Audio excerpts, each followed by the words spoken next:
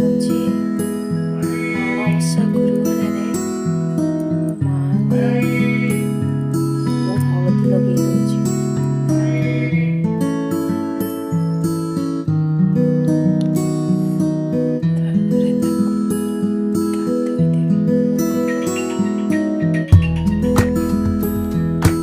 ଏବେ ମୋ ମାଆଙ୍କୁ ମୁଁ ସିନ୍ଦୁର ଲଗେଇଦେଲି।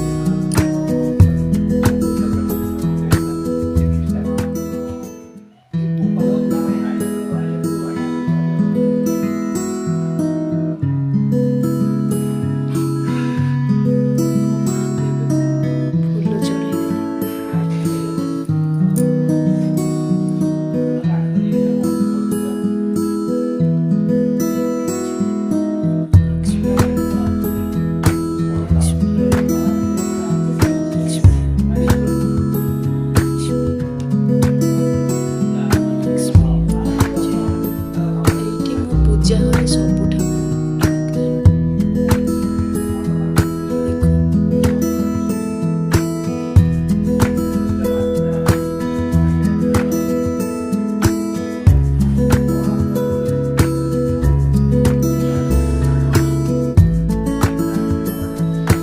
ଆଉ ମାଣବସାରେ ଝୋଟି ଚିତା,